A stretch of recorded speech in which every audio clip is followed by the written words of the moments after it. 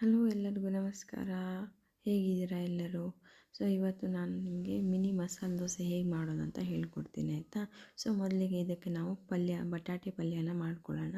ಇದಕ್ಕೆ ನಾನು ಒಂದು 2-3 ಟೇಬಲ್ ಸ್ಪೂನಷ್ಟು ಎಣ್ಣೆಯನ್ನು ಬಾಣಲೆಯಲ್ಲಿ ಹಾಕ್ಕೊಂಡಿದ್ದೀನಿ. ಇದಕ್ಕೆ ನಾನು ಜೀರಿಗೆನ ಹಾಕ್ಕೊಂಡಿದ್ದೀನಿ. ಈಗ ಒಂದು ಅರ್ಧ ಟೇಬಲ್ ಸ್ಪೂನ್ ಜೀರಿಗೆ ತೊಗೊಂಡಿದ್ದೀನಿ.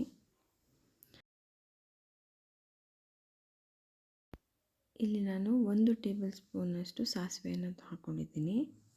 ಅದಾದ ನಂತರ ಇದಕ್ಕೆ ನಾನು ಉದ್ದಿನಬೇಳೆ ಒಂದೆರಡು ಟೇಬಲ್ ಸ್ಪೂನಷ್ಟು ಉದ್ದಿನಬೇಳೆನ ಹಾಕ್ಕೊಂಡಿದ್ದೀನಿ.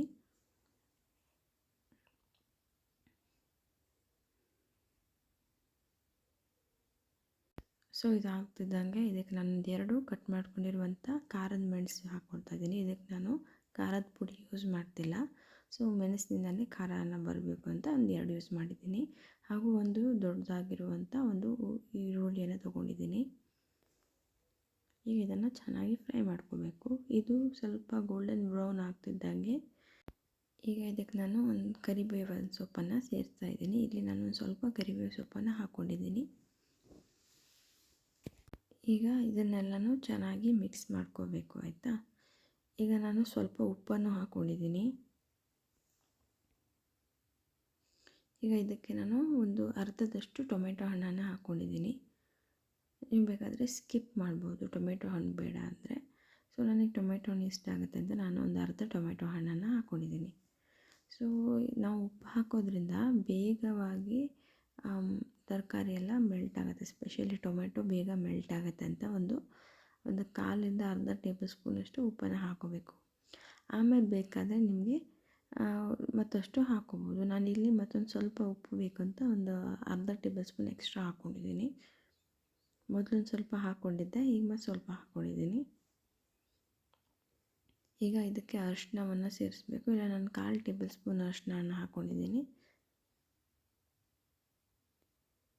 ಸೊ ಇದನ್ನು ಚೆನ್ನಾಗಿ ಮಿಕ್ಸ್ ಮಾಡ್ಕೋಬೇಕು.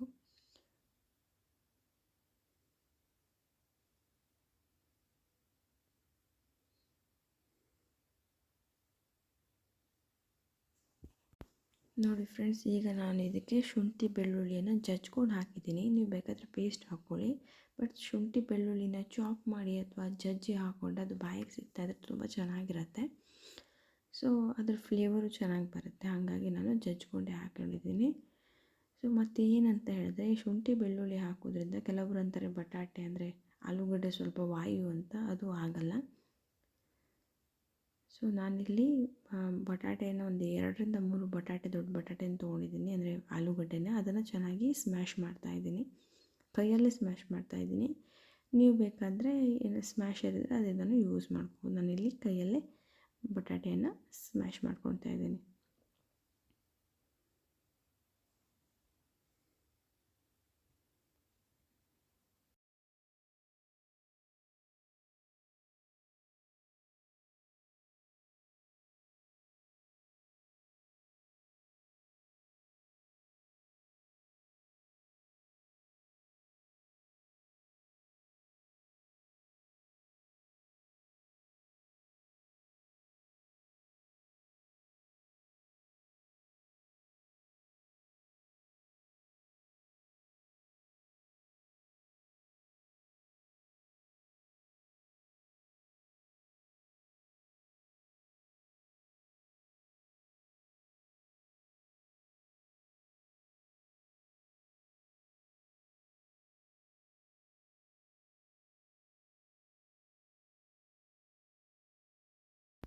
ಈಗ ನಾವು ಮಸಾಲೆ ದೋಸೆ ಮಾಡ್ಕೊಳ್ಳೋಣ. ಸೊ ನಾನಿಲ್ಲಿ ಮೊದಲಿನ ದಿನವೇ ಉದ್ದಿನಬೇಳೆ ಹಾಗೂ ಅಕ್ಕಿನ ನೆನೆ ಹಾಕಿ ಇಟ್ಕೊಂಡಿದ್ದೀನಿ. ಅದನ್ನು ರುಬ್ಕೊಂಡು ಮೊದಲಿನ ದಿನವೇ ಇಟ್ಕೊಂಡಿದ್ದೀನಿ. ಸೊ ಇದಕ್ಕೆ ನೋಡಿ, ನಾನು ಬಿಸಿ ಕಾವಲಿಗೆ ಸ್ವಲ್ಪ ನೀರು ಹಾಕಿ ತಣ್ಣಗೆ ಮಾಡ್ಕೊಳ್ತಾ ಇದ್ದೀನಿ. ಯಾಕಂತ ಹೇಳಿದ್ರೆ ಒಂದೇ ಸಲ ನಾವು ದೋಸೆ ಹಾಕಿಬಿಟ್ರೆ ಅದು ಅಷ್ಟು ಕ್ರಿಸ್ಪಿಯಾಗಿ ಬರಲ್ಲ. ಸೊ ಅದಕ್ಕೆ ನಾವು ಸ್ವಲ್ಪ ತಣ್ಣಗೆ ಮಾಡಿಕೊಂಡು ಆ ನೀರನ್ನೆಲ್ಲ ತೆಕ್ಕೊಳ್ಬೇಕು. ಯಾಕಂದರೆ ಎಣ್ಣೆ ಹಾಕಿದ್ರೆ ಸಿಡಿಯುತ್ತಲ್ವ. ಸೊ ಅದಕ್ಕೆ ಈಗ ಇದಕ್ಕೆ ನಾನು ಒಂದು ಸ್ವಲ್ಪ ಎಣ್ಣೆ ಹಾಕ್ಕೊಂಡು ಆನಿಯನ್ ಪೀಸ್ ತೊಗೊಂಡು ಚೆನ್ನಾಗಿ ಎಲ್ಲ ಕಡೆ ಆಯಿಲನ್ನು ಸ್ಪ್ರೆಡ್ ಮಾಡ್ಕೊಳ್ತಾ ಇದ್ದೀನಿ. ಸೊ ನಮ್ಮ ಕಡೆಯಲ್ಲೆಲ್ಲ ಬಾಳೆ ದಿಂಡು ಅಥವಾ ಈ ಆನಿಯನನ್ನು ಯೂಸ್ ಮಾಡ್ತೀವಿ, ಆಯಿಲನ್ನು ಚೆನ್ನಾಗಿ ಸ್ಪ್ರೆಡ್ ಮಾಡ್ಕೊಳ್ಳೋಗೋಸ್ಕರ.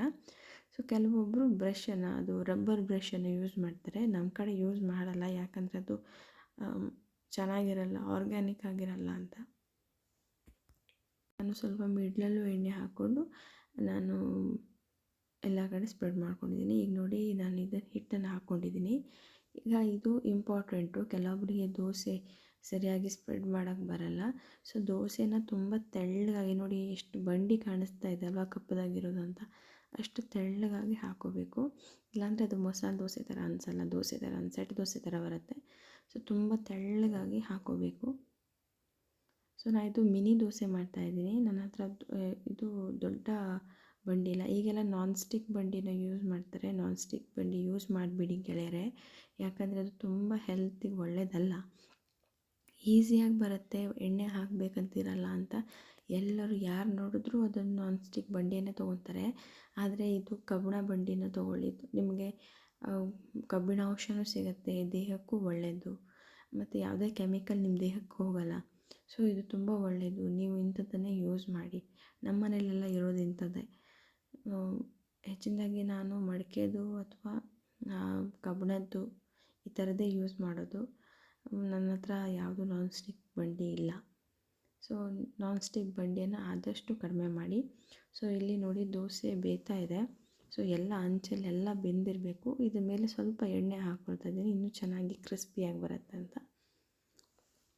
ನೀವು ಬೇಕಾದರೆ ತುಪ್ಪನೂ ಯೂಸ್ ಮಾಡ್ಬೋದು, ಬೆಣ್ಣೆನೂ ಯೂಸ್ ಮಾಡ್ಬೋದು, ನಿಮ್ಮ ಹತ್ರ ಅನುಕೂಲ ಇದ್ದಂಗೆ ಯೂಸ್ ಮಾಡಿ ಗೆಳೆಯರೆ. ಸೊ ಇದು ನೋಡಿ, ನಾನು ಚಟ್ನಿ ಪುಡಿಯನ್ನು ಹಾಕ್ಕೊಳ್ತಾ ಇದ್ದೀನಿ. ಕೆಲವೊಬ್ಬರು ಬೆಳ್ಳುಳ್ಳಿ ಚಟ್ನಿನೂ ಹಾಕ್ಕೊಳ್ತಾರೆ, ನಮ್ಮ ಕಡೆ ಬೆಳ್ಳುಳ್ಳಿ ಚಟ್ನಿನೂ ಹಾಕ್ತಾರೆ ದೋಸೆಗೆ. ಕೆಲವೊಬ್ಬರು ಸಾದಾ ದೋಸೆ ಮಾಡಿ ಅದಕ್ಕೆ ಆಲೂಗಡ್ಡೆ ಪಲ್ಯ ಹಾಕ್ಕೊಡ್ತಾರೆ. ಸೊ ನಮ್ಮ ಮನೇಲಿ ನಾನು ಚಟ್ನಿ ಪುಡಿಯನ್ನು ಯೂಸ್ ಮಾಡ್ತೀನಿ. ಸೊ ಇದು ಚಟ್ನಿ ಪುಡಿ. ಇದು ಯಾವ ಚಟ್ನಿ ಪುಡಿ ಅಂತ ಹೇಳಿದ್ರೆ ಇದು ಕೊಬ್ಬರಿ ಚಟ್ನಿ, ಆಯಿತಾ. ಚಟ್ನಿ ಪುಡಿಯನ್ನು ನಾನು ಹಾಕ್ಕೊಂಡಿದ್ದೀನಿ. ಸೊ ಕೆಲವೊಬ್ಬರು ಕಡಲೆಬೇಳೆದು ಪುಡಿ ಮಾಡ್ತಾರೆ, ಗನ್ ಪೌಡ್ರೇನೋ ಅಂತಾರೆ, ಗೊತ್ತಿಲ್ಲ ನನಗೆ ಕರೆಕ್ಟಾಗಿ. ನಾನು ಯೂಸ್ ಮಾಡಲ್ಲ ಅದು, ನಾನು ಯೂಸ್ ಮಾಡೋದು ಯಾವಾಗಲೂ ಕೊಬ್ಬರಿ ಚಟ್ನಿನೇ. ಸೊ ಈ ಥರ ಎಲ್ಲ ಕಡೆ ಹಾಕ್ಕೊಂಡಿದ್ದೀನಿ. ಸೊ ಈಗ ಎಣ್ಣೆ ಹಾಕಿದ್ನಲ್ವ, ಆ ಕೊಬ್ಬರಿ ಚಟ್ನಿ ಚೆನ್ನಾಗಿ ಹೀರ್ಕೊಂಡಿದೆ, ಆಯಿತಾ. ಸೊ ಇದು ಸ್ವಲ್ಪ ಬೇಯಬೇಕು, ಸೈಡಲ್ಲೆಲ್ಲ ಸ್ವಲ್ಪ ಹಸಿಯಾಗಿದೆ. ಸೊ ಅದಕ್ಕೆ ಚೆನ್ನಾಗಿ ಬೆಂದರೆ ಚೆನ್ನಾಗಿ ಟೇಸ್ಟಿ ಇರುತ್ತೆ, ತುಂಬ ಕ್ರಿಸ್ಪಿಯಾಗಿ ಬರುತ್ತೆ ಈ ಥರ ಮಾಡಿಕೊಂಡ್ರೆ. ಸೊ ಒಂದು ಸಲ ನೀವು ಟ್ರೈ ಮಾಡಲೇಬೇಕು, ಆಯಿತಾ. ಸೊ ನಿಮಗೆ ಏನಾದರೂ ದೋಸೆ ಹಿಟ್ಟು ಹೇಗೆ ಮಾಡೋದು ಅಂತ ಗೊತ್ತಿಲ್ಲ ಅಂದರೆ ಪ್ಲೀಸ್ ನನಗೆ ಕಮೆಂಟಲ್ಲಿ ಹಾಕಿ, ನಾನು ಹೇಳ್ಕೊಡ್ತೀನಿ. ಸೊ ಇದು ನೋಡಿ, ನಾನು ಮಾಡ್ಕೊಂಡಿರುವಂಥ ಬಟಾಟೆ ಪಲ್ಯ. ಸೊ ಹೀಗೆ ಎಲ್ಲ ಕಡೆ ಚೆನ್ನಾಗಿ ಹರಡಿಸ್ಕೋಬೇಕು. ಸೊ ನಿಮ್ಗೆ ಇಷ್ಟ ಇಲ್ಲ ಅಂತ ಹೇಳಿದ್ರೆ ದೋಸೆನೇ ನೀವು ಸಪ್ರೇಟಾಗಿ ತೊಗೊಂಡು ನೀವು ಬೇಕಾದರೆ ಬಟಾಟೆ ಪಲ್ಯನೇ ಸಪ್ರೇಟಾಗಿ ತೊಗೋಬೋದು. ಹೆಚ್ಚಿನದಾಗಿ ಜನ ಅದ್ರ ಒಳಗೇ ಇಷ್ಟಪಡ್ತಾರೆ. ನೋಡಿ ಎಷ್ಟು ತೆಳ್ಳದಾಗಿ ಬಂದಿದೆ ಅಲ್ವಾ.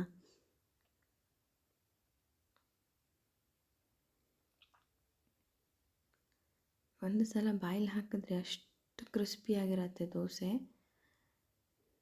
ಅಷ್ಟು ಚೆನ್ನಾಗಿರುತ್ತೆ. ನೀವು ಒಂದು ಸಲ ಇದನ್ನು ಟ್ರೈ ಮಾಡಬೇಕು, ಆಯಿತಾ.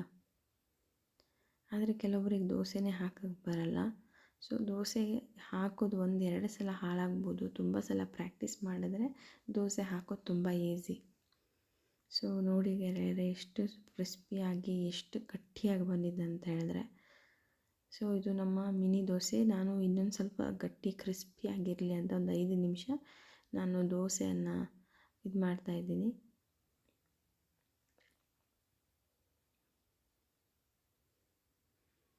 ಸೊ ನಾನು ಇದನ್ನು ಪ್ಲೇಟಲ್ಲಿ ಹಾಕ್ಕೊಳ್ತಾ ಇದ್ದೀನಿ. ಸೊ ಇಲ್ಲಿ ನಾನು ಕೊಬ್ಬರಿ ಚಟ್ನಿಯನ್ನು ಯೂಸ್ ಮಾಡಿದ್ದೀನಿ. ಸೊ ನೀವು ಕೊಬ್ಬರಿ ಚಟ್ನಿ ಜೊತೆ ಸವಿಬೋದು.